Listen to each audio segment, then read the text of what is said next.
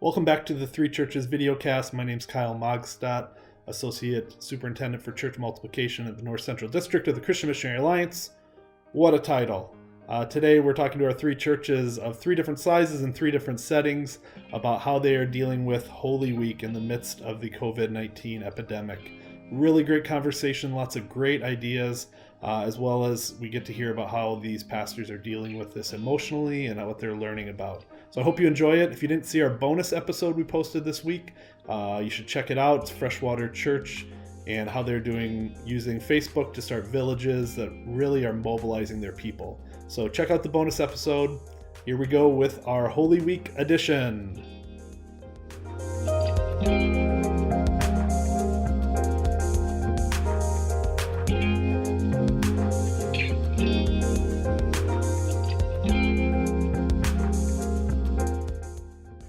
All right, hey everybody, welcome back to the Three Churches videocast, Easter edition. So we're going to hear about what these churches are doing for Easter this week. We're going to jump in this week with our biggest win and then epic fail. This week, the theme is Minnesota sports. Okay, so for biggest win, we have Black Jack Morris, the 1991 Twins, pitches a 10-inning shutout to beat the Braves 1-0. It was a big win. It was surprising. It was great. It was between that and the 1987 Twins, and we went with the 91. Nate Yoder, what is your biggest win? I would have gone to the 87 Twins first and foremost, but so my biggest win here in Watertown undoubtedly was our drive-in communion. That was a huge hit. We dubbed it Car-Munion because it just sounds good, and people loved it. And so what we did there, we had everybody drive up to the church, stay in their cars. We had a runner go give prepackaged little communion pieces to them. And I was going to do a live stream on our YouTube channel for the devotional message and take communion together, but I ended up making it a live premiere instead and taking a little pressure off of our technology because we just weren't really set for that kind of thing to do that well. And that gave me a chance to then commune with people and take pictures and all that kind of stuff in the parking lot as well as it was going on. It was great. People had a great time. Everyone had great feedback on that. They really enjoyed that feeling of togetherness and knowing that we're not in this alone. And so it was fun. Yeah. Awesome. Car-Munion. I like that. Greg. Yeah. Greg Rose, biggest win. What was your 1991 Twins moment? Well, so for this past week, we put the word out on Facebook for people to submit videos. So we call it our user-generated content. And so we had two videos that we played during service. One was someone on our worship team who wasn't quite comfortable enough with like setting up a professional, sort of semi-professional studio, but she was totally comfortable just taking her phone and singing a song with it. And so she submitted that. And then we had a testimony, a family, one of our folks had a brain hemorrhage and was healed almost miraculously from it. And so their family recorded a video. We played both those during service and they were wonderful. We got huge response off of those two pieces. And then the other one that was a little different this week was we had 10 different people as a part of service. Normally it's me, the associate pastor and worship director. So like 2 weeks ago, it was the three of us just doing different things. But here between the testimonies, we had another person in addition to our worship director sing a song. And then we had another person add a piece. And so to have that variety of faces and voices in service was really good. Cool. All right, Nate Sickler, what was your 1991 Twins moment this week? I'm from Pittsburgh, so I don't know, man. No. Well, this next one the epic fail will be fun for you then. You might enjoy it.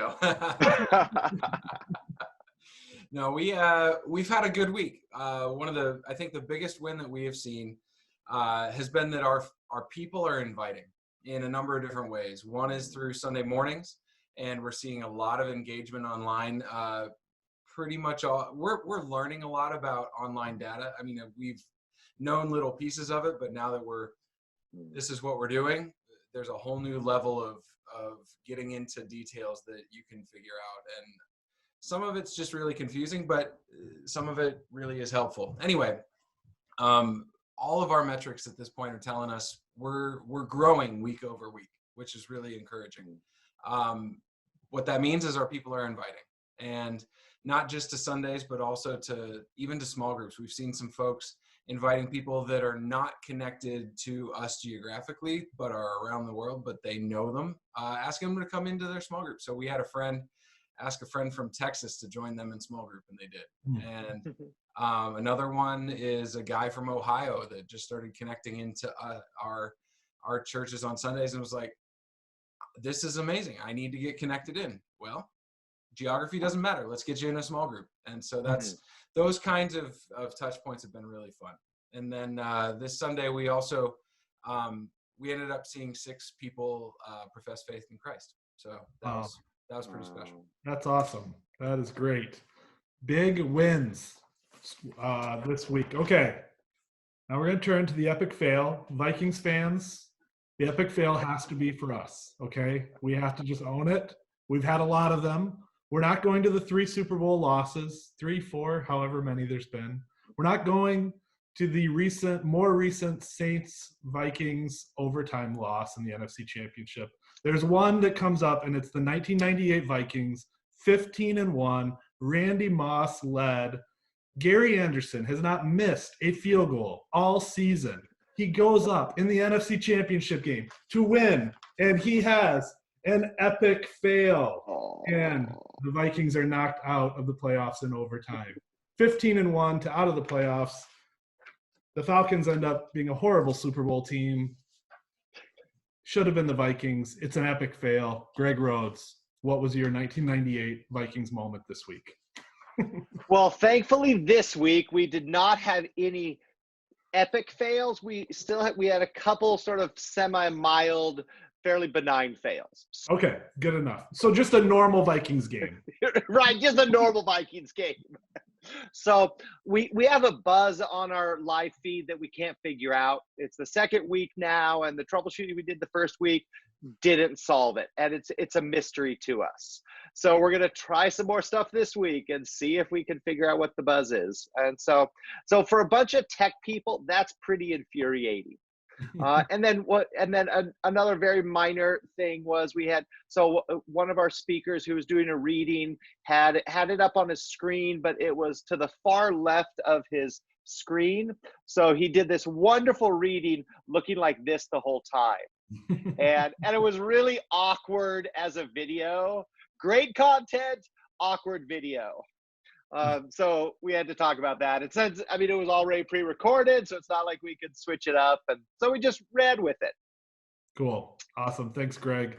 Nate Sickler, I don't, the Steelers have won a lot, so there's not much I can say. You can enjoy this 1998 Vikings moment. Any epic fails this week you guys had? Like Greg, I don't know if I'd call it an epic one, but it's one we're wrestling with and going, how do we make sure that for Easter we're communicating very clearly? And it's that as we've been communicating for our people to get the word out on Sundays, be it via Facebook or just connecting with friends, sending them an email with the link to our church online platform, something like that. When it comes to Facebook, we've been asking people to create watch parties, which is a great way to just continue to drive the algorithms of Facebook to put the feed into other people's feed. Well, they don't see anything that we are posting from the standpoint of like a hosting environment. So any links that we put up to help people fill something out to then get further information on something, or where we can engage them relationally as a team, is just completely lost if they're in a different environment like that.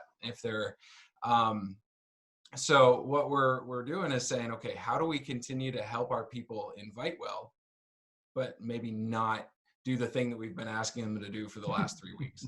So we've got some answers, but as we all know, you share something and you feel like you're just getting traction with it, and then you go a different direction. We'll see how fast people go that direction. Sure. So, it's a small thing, but it's a meaningful thing. Sure. Great. Nate Yoder, for you, I mean, we're both Iowa State guys. We both attended. You graduated from Iowa State. I dropped out from Iowa State, but we're both there. So I think for you, it's what was your epic fail? What was your 2000 Elite Eight loss to Oh, Michigan State Spartans moment? heartbreaking. For us here, it's more of a personal note. We've reached the point, and probably because it's coupled with Easter week and everything else, but we've reached the point where the schedule changes, the lack of routine, the added workload, and the different schedule for even my wife Megan at home and things like that. The kids being at home has really just laid waste to my self-care, my wife care, and my kid care, and so that's all gone in the toilet.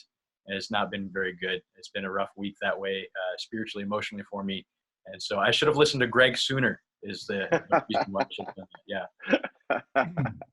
Yeah, well, it'll be good. Thank you for sharing that. I think our rhythms are all messed up, and that's a normal thing I think everyone's all experiencing. And so just really encourage all of you, everybody, you guys, but anybody watching, we got to press into starting some new rhythms, especially after Easter. Hopefully we can dial it down maybe a little bit. I know there's a lot of pressure this week, but after that, we've got to have a sustaining rhythm. We don't know how long this is going to be. And so I think most of our tendencies is to want to get after it and make it the best and do the thing. And so that ends up being a detriment. We can do that for a week or two, you can press through things, but if this ends up being a month or 2 months or 3 months, I don't know that we want to deal with the damage to our souls and to our marriages and to our kids beyond that. So I think that's a good word, Nate. Thanks for sharing that. This is Easter week. This is Holy Week. And so we're going to spend the bulk of our time just talking about you guys' Holy Week plan. And so Nate Sickler, we're going to start with you. What all are you guys planning this week for Holy Week? And feel free to kind of flesh it out a little bit for us, describe it, be a little more verbose if necessary. Sure. We have about 55, 60-minute service planned where we're going to intro the service like we often have over the last few weeks with a 15-minute host time where two of our team will be up in front and talking with everyone, just sharing a range of different things, everything from announcements to what we've been up to, just kind of having some good small talk at the same time. And we've seen a lot of positive engagement out of that over the last few weeks. People have really appreciated that, not only as a hey, we haven't seen you in a couple weeks, it's great to see you kind of thing, but also as we share the posts or as we share the feed, people are more interested in it because it's not just a slide that's up with a countdown, it's people that are talking. And so we're going to be doing that again, and then we're going into an opening video that is speaking to some of the moment we're finding ourselves in, and that at the same time there's hope. And so that'll be kind of the first part of the official service. And out of that, we'll go into the song Living Hope. And that is a song we did last year for Easter, and our creative arts team is taking our video from last year, because we have it.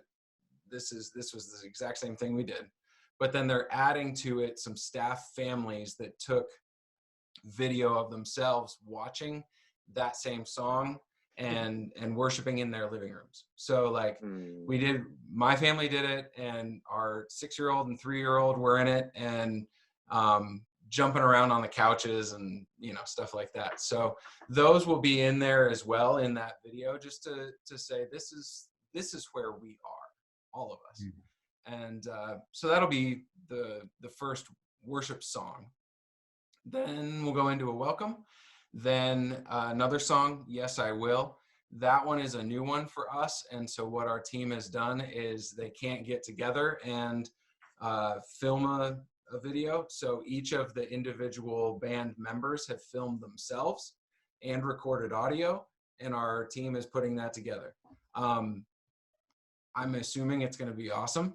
There's a lot of moving pieces to that though. And so that it'll probably look like us right now, a little Brady Bunch like, where we're putting all the different squares in, but should be good. Then message.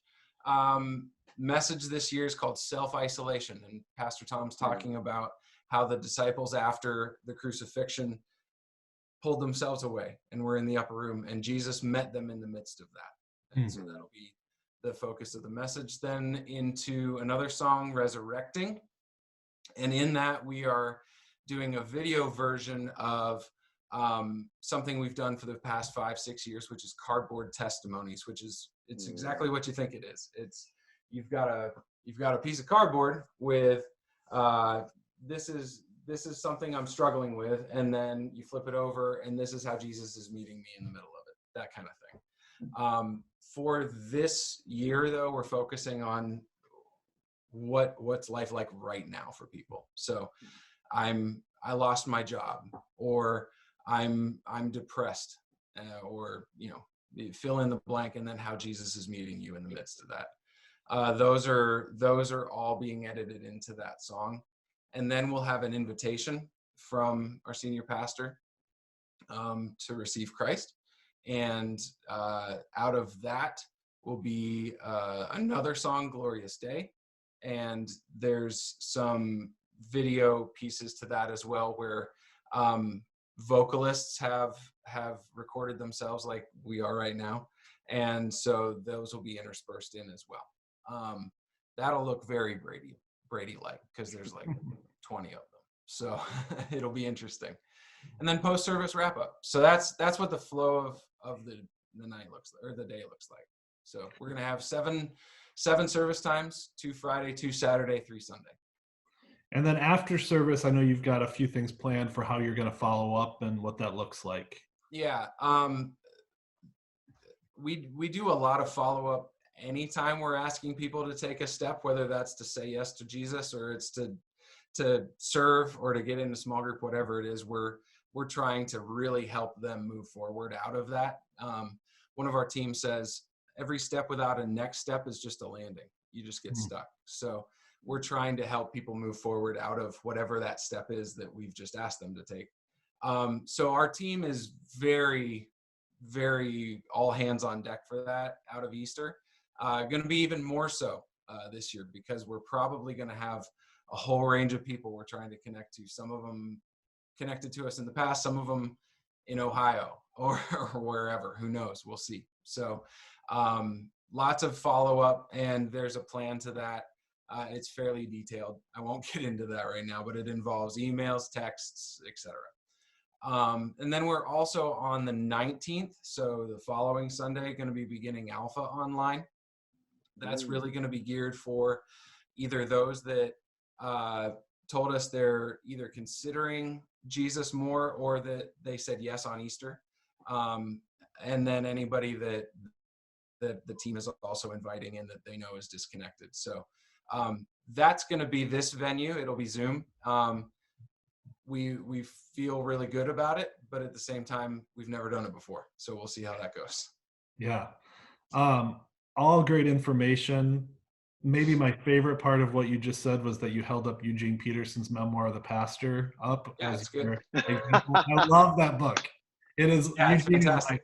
he is my guy. That book is so funny, and it's so good. So no, the other stuff is great, but I had to give Eugene a shout out because he's my guy.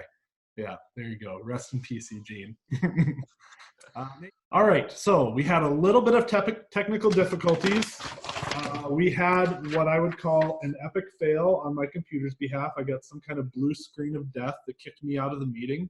And so our boxes might be different in the recording. We don't know yet till after we're done. But we are going to start back up with Nate Yoder and hear about Watertown, your church in Watertown's Easter and Holy Week plans. So Nate, what are you guys up to?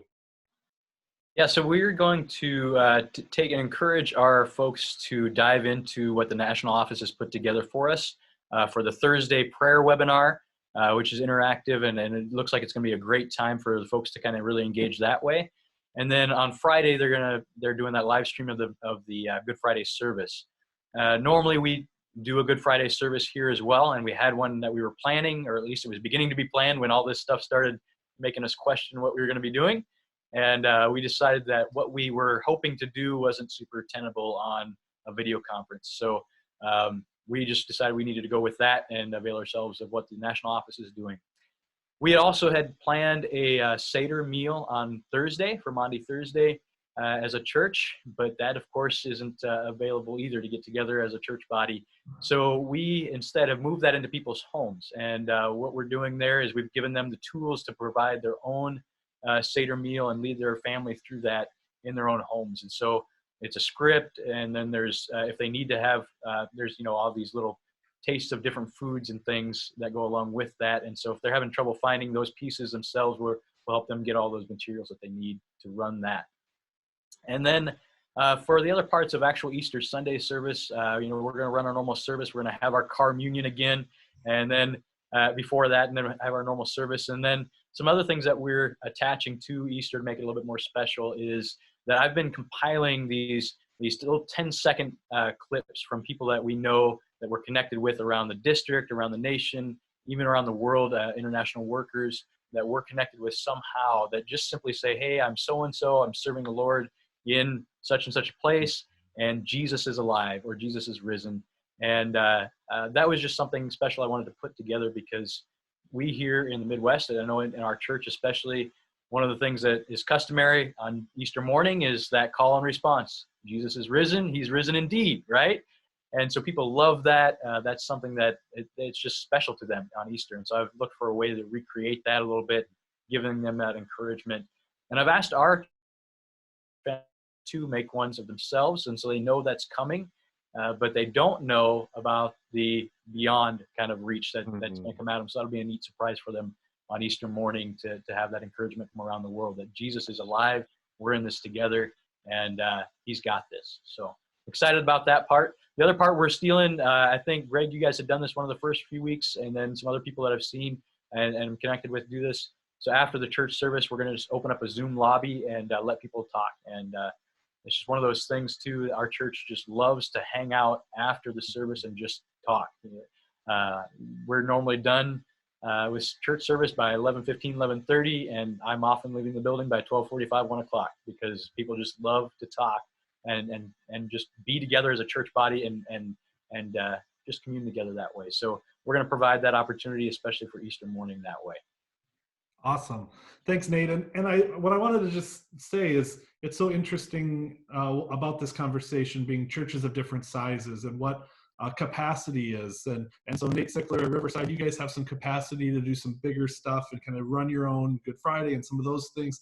Nate Yoder, you're looking at like, hey, this Good Friday service the national office is putting on, hey, that takes a little pressure off of us, being a solo lead pastor and what I have to produce this week. And so it's really interesting how we find ourselves navigating these times and what our churches are able to pull off, what we should put our time and energy into based on the resources and people and staff and all those things that we have. So sounds like a great time. We'd love to come and rev into car communion with you guys. Greg, what's River Life planning for Sunday or for Holy Week and then Easter Sunday? Yeah, so it's interesting because we're sort of in between the two Nates as far as size and staff and capacity. And so we thought about doing our own Good Friday service. And we have a really neat one that we've been doing for a few years that has a pretty good response and attendance, but we just didn't have the bandwidth for it. And so we're, like Nate said, we're going to encourage our folks to join in on the National Alliance Good Friday service. But what was interesting for us, or for me personally, was this was a real point of disappointment for me. Because I really, we've loved our Good Friday service. And I thought about it. And I think we could have pulled it off as a digital version. We just didn't have the bandwidth. So I was really disappointed. And I'm still kind of feeling some of that and trying to deal with kind of mourning the loss that COVID hits in all kinds of different ways. And this is one of them, that we had to let go of something that we've really liked for the last few years. And so that's one of the things I'm having to deal with. And then one of the other reasons why that we decided not to do the Good Friday service is for Easter, we're doing something a little larger. And so we're doing what I'm calling the Easter mystery eggs. And if you know kids, if you have kids, you know what mystery eggs are, and they're all the rage. And so we're doing this combination Oh, another point, a big point of mourning for us is Easter is actually our largest Sunday out of the year. A big reason that is we do a giant Easter egg hunt after service. And so we've had twice what our normal attendance is on Easter because of this huge family event. And obviously we had to scrap all of that. And we've gotten used to that now, but I still was trying to come up with a way where we could have the whole church still feel some of that connection to the Easter egg event. So we've made up this idea of Easter mystery eggs, and it's a combination of a couple things. Oh, well, so the service, I'll talk about that. So the service will be similar in format to what we've been doing the last 2 weeks. We're going to have segments. We're going to have maybe 8 to 10, 4, 5, 6 minute segments. Similar format. We're going to have some user content as well. We've got a testimony so far, and I'm hoping for something else from that someone submits. We're going to have songs. We're going to have our scripture reading, corporate prayer, all of that.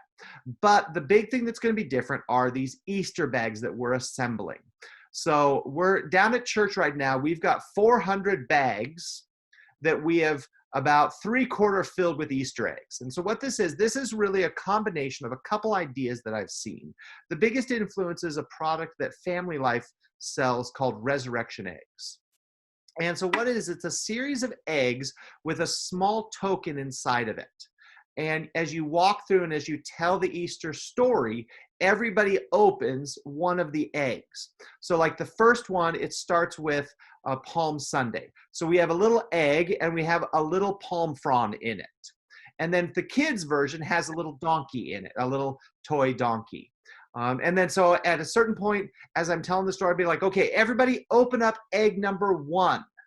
And everybody opens it up. And then I talk about the palm leaves and riding the donkey. And then we go to egg number 2. And then so everyone open up egg number 2. Because what we wanted to create some moment that our congregation could feel together.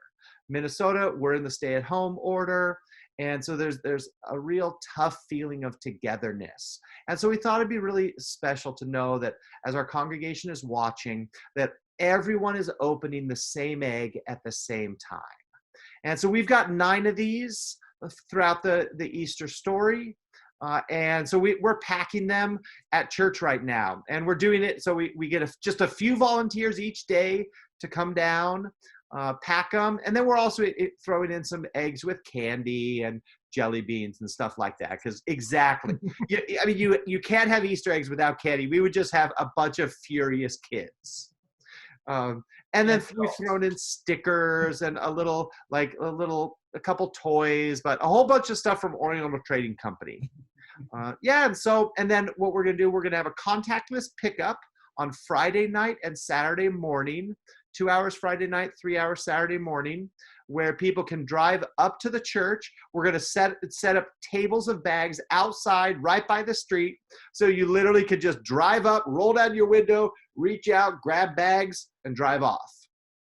So that's what we're gonna try this year, and it'll be maybe a 15 to maybe 17 minute Easter story, and then I'm going to wrap up the story talking out of 1 Corinthians 15, where Paul talks about resurrection as a mystery, and that we as perishable, flawed people become imperishable. And that's a mystery to us. And that's going to be how kind of that portion ends. We don't know what songs we're singing. Our worship guy is still figuring that out. We're not entirely sure which videos are going to be in what order. We're going to do that over the next couple days. So, but the Easter mystery bags, that's going to be kind of the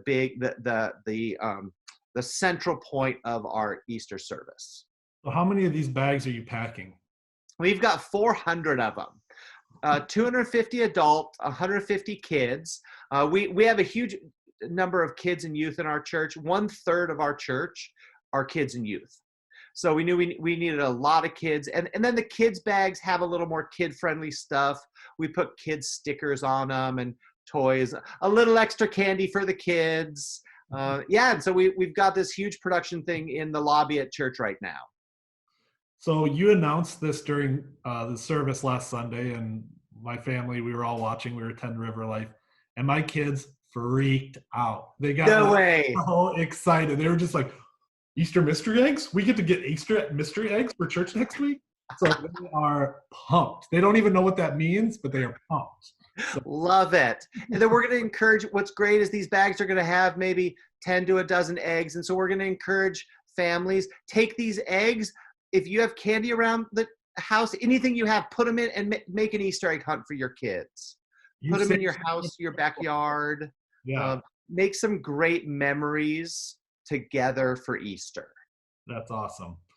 All right. Well, you guys, this is great. I wish I could be, well, I guess I could kind of be at all your Easter services other than driving in the car. So I might tune in and hang out. But last quick question. What's the biggest thing you're learning about yourself this week? And so we'll start with Nate Yoder, and then we'll go to Greg and Nate Sickler. Nate Yoder, what are you learning about yourself? Yeah, this is a tough question for me this week, in a week where I've had such poor self-care, and admittedly, and so I guess without trying to cop out too much on this question, I'm still learning what I might need to learn about all this and about myself. So that's kind of where I'm at this week.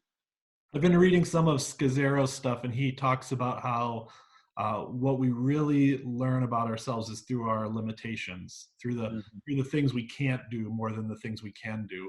And so when we hit those walls, we can learn actually more about ourselves than when we're like doing really well. So I think this is a good spot for you. Greg, what about for you? I've learned I have to be gracious with myself and understand that anything that I can do nowadays, that's going to be good enough. As this week, probably more than anything, I've felt I wish I could do more. I wish I could do a Good Friday service. I wish I could do kind of a bigger, better Easter. I wish I could do another webinar or something discipling, but I just can't. And it's been hard. I mean, I'm getting even choked up just talking and verbalizing some of this to know. So this week has probably been the one where I've felt like I haven't measured up. I haven't been able to do enough. But I have to be gracious with myself to say, it's okay. Whatever we can do nowadays, that's enough. You got a virtual hug from Nate, and Thank you.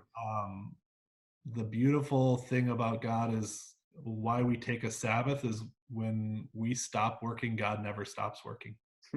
And when we can't meet together, God still can meet with us. And so thank you for your efforts and what you're putting into it.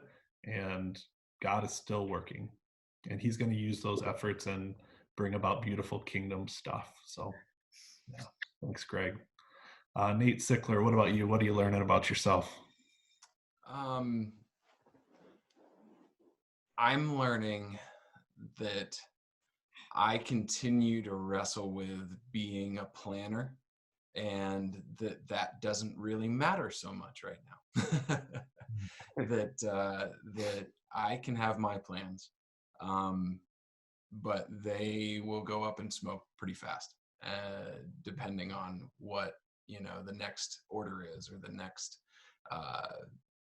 news cycle is. And so yeah, I feel you, Greg. I'm with you in just this whole reality where it feels like there's opportunities and you want to make the most of the opportunities, but at the same time, sometimes the try ends up just not going anywhere, and you just go, okay, that's great. So what I'm trying to do is continue to learn to be present in the moment and see that thing that I can be a part of that's meaningful right here, right now. And maybe that's